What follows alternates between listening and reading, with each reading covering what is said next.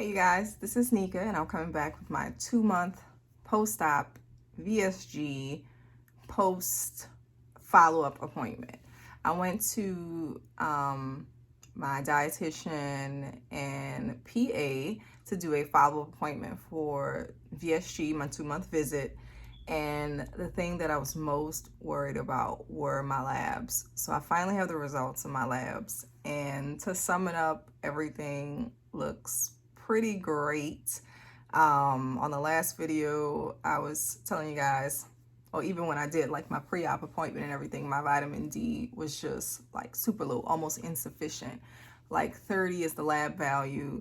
I think it's 30 to, I'll get into, oh, I have it up right here. It's like 30 to 100 is like a normal value, and I started out with a 10, which is damn near deficient in vitamin D. And I did take like a month of vitamin D prescribed. I never got the results from doing that because COVID happened. So like in-person appointments were just like pushed back. So I had to wait like 6 or so months, like until like the week before surgery. When I had that appointment, I had to wait until then to take the test to see how my vitamin D was doing, and it went up to 27. And to get in the normal range, I needed 30. So they said that the vitamin D, the prescription drug or whatever, that was working because it went from like 10 to 27. But for me, that's not good enough because I want to be in that normal range of like 30 to 100. So when I got my lab results, my result was a 98, which is damn near toxic. So I went from like one end of the spectrum with being almost deficient to like toxicity with vitamin D. And what I actually did to do that, I didn't take like a prescription strength because I think it was like 50,000 units she wanted me to take every other day. But I went to CVS, and after I saw that my lab value was 27, because I didn't take any additional vitamin D supplements after the prescribed dose, because I thought, oh, that should put me in normal range, like 50,000 units of vitamin D 2 times a week, so like 100,000 a week. That should put me within normal range, but it actually did not. I don't know if my body absorbed it and then it just lost it really quick, or if the drug only brought it to like, or taking a month of the prescribed drugs only brought it to 27 by itself. I didn't know, so I was going in blind with that. So what I did was I went to CVS, and there's a 10,000 unit vitamin D supplement, and I took that like every day because I didn't want to go into vitamin D toxicity. So I knew like 50,000 was like the prescribed dose, so that's like extreme. So I was like, okay, I'm not gonna try to take 50,000 and that 50,000. So I just bought like the 10,000 unit pills, and I took that every day. So that's, oh wait, that is kind of extreme. 10,000 units every day, that's 70,000. That's almost 100,000 that I was taking. But anywho, I took one of those vitamin Ds a day. So I was taking a vitamin D daily because I know sometimes I wasn't getting any sun exposure like that. So I just wanted to get into a routine of just taking my vitamin D in the morning. So that's what I was doing. I just took those 10,000 units every day. I would advise that to someone who has vitamin D levels that are on the low side of normal, because it may bring you into toxicity. Well, just talk to your doctor about that, because vitamin D is a very tricky vitamin, because too much of it can be dangerous. So anyway, vitamin D was a worry that I had, and it's happy to see that I am almost toxic in vitamin D. So I think I'm gonna drop down to maybe one every 3 or 4 days, because I just want to stay in my normal range. It's kind of tough to gauge when like you have to, when the labs are like 6 months apart. It's like hard to gauge when you should, go ahead and do, like, it's not a monthly thing, so you don't know what you're doing right. But anyway, I'm gonna kind of pull back a little bit from the vitamin D, make it on probably taking like maybe 2-3 times a week or whatever. I have to do a little bit more research to see what's a safe range. But anyway, my B12, like I said in the last video, it was like in the thousands, and it was only supposed to be like 210 to 950, and mine was like in the 2000s. And that's because I was taking like an obscene amount of B12. And so when I got my results the last visit, she was just like, yeah, how about you only take that once a month?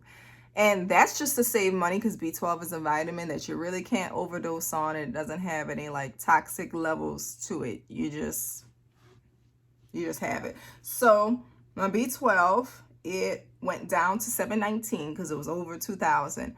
They couldn't even read the amount of B12 I had in my blood. So that went down to 719. So I'm in normal range, and that's from just taking it once a month. Because my last time I took it, I was taking, I don't even know the dosage of it, but it was like the CVS brand, the little cherry dropper, and I think it was one of like the strongest max doses they had of B12, and I was taking it every day. And so I stopped taking it for a month because it was too much, and I took it probably like that Sunday before my visit, this past Sunday before my visit. So I haven't had any in a month, and my levels dropped down to 719. So that recommendation of taking it just once a month is good for me. I want to say it's good for me. Now, I was taking a ridiculous amount before, so maybe the ridiculous amount I was taking before is still in my system or whatever. I don't know how B12 metabolizes, blah, blah, blah. But I'm going to do once a month with the B12. And let's see, my iron was another thing that I was like really worried about because I've just always had low iron. You know, if you're a woman, you know that low iron is just like one of those things where you just have low iron. I guess it's from periods and all that kind of stuff. But my last result of iron, the lab was drawn and I was at like a 58, which is the normal range is 30 to 160, and I was at a 58, and so my last draw was at 86, and I take 65 milligrams of iron. The goal is to take it every day in the afternoon, but sometimes I don't do it. So I would say every other day I'm taking 65 milligrams of iron. And that's just like the basic result of iron. There's saturated iron. That went up to 23 from a 13.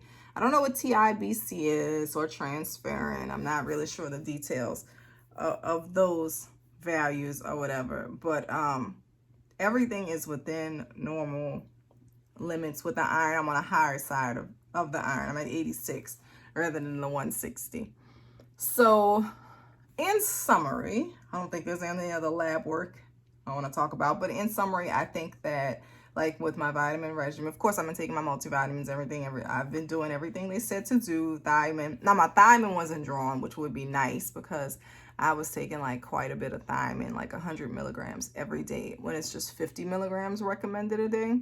So when I run out of thiamine, I don't think it has a toxicity, but when I run out of thiamine, I think I'm just going to, you know, get a multivitamin that has the 50 milligrams of thiamine that I need in it. But let's see, is that what the lab? That looks like that's all. Oh, now what I'm worried about in the lab draw, because they also do a comprehensive metabolic panel, what I'm worried about is this cholesterol. I've always been like around the 200 range with the cholesterol, so it would be really nice to see how my cholesterol would change with the weight loss and everything like that. So what my plan of that, they didn't tell me anything about, they didn't send me any messages to tell me about my cholesterol being high or whatever. It's just like the first cholesterol, it just says cholesterol. The other ranges, like the triglycerides, the HDLs and all that, the little mini cholesterol categories, those are normal. But I just feel like that top one being over 200, which is out of range, I'm just like, how can I improve that? So I was thinking maybe do like proteins that are good in cholesterol, like maybe like shrimp, chicken breasts, just staying away from red meat and pork. I think maybe I need to like draw back from that. So I have to put that in like my subconscious to program myself to get something that's like low in protein and I mean not low in protein. Oh God, not low in protein. Something that's just a little bit leaner to kind of work on that cholesterol, because I see it's a little bit higher than before. And of course, that's probably from eating all the meat that I eat to get my protein levels in. So I'm gonna try to work on that. But anyway, that everything else was fine. I mean, I told them I was getting like 60 to 80 grams of protein. They said that I'm still gonna need that protein drink because I can't really eat that amount of protein that they want me to eat, like the 80 grams that are recommended. I can't really eat that much yet. But like I've said before, I'm pretty much I've officially graduated to the regular food stage, but I've already graduated myself like weeks before then, because I kind of like intuitively felt out things, and luckily enough, I don't have any restrictions. I'm excited about eating salad, but I just feel like it's like a filler food, so I hope I don't get stuck in some type of unhealthy eating habits, because I really like salads before, but it's kind of frustrating when you can only eat so much and they're really like encouraging you to eat the most protein ever. So big salads, the days of the big salads are out of the window, out of the door, out of the house.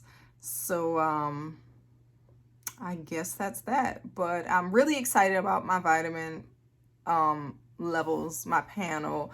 I'm excited about that because that is like my fear. I don't want to be deficient in any vitamins that'll cause side effects. I definitely don't want to. But so far as my vitamin routine, my nutritionist recommended that I try these Max Potency. I think it's by Alive Max Potency. Multivitamins, Ultra Potency, Max Potency. I forgot which one. She said it was in a bariatric binder that they give you, but I did not find anything about that in there.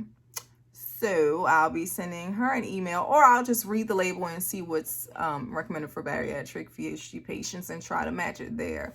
But yeah, when I looked on Amazon, they were like $14, $16 for the Max / Ultra Potency Alive vitamins. It's a pretty big tablet, but she said it has everything I need, so I'll only have to take one supplement, and that's the vitamin D and calcium chews, which I take the Celebrate ones, and they're very tasty, very delicious.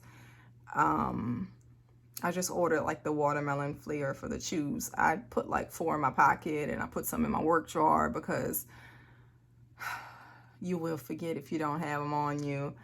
You'll forget to take them. But anyway, those are the results.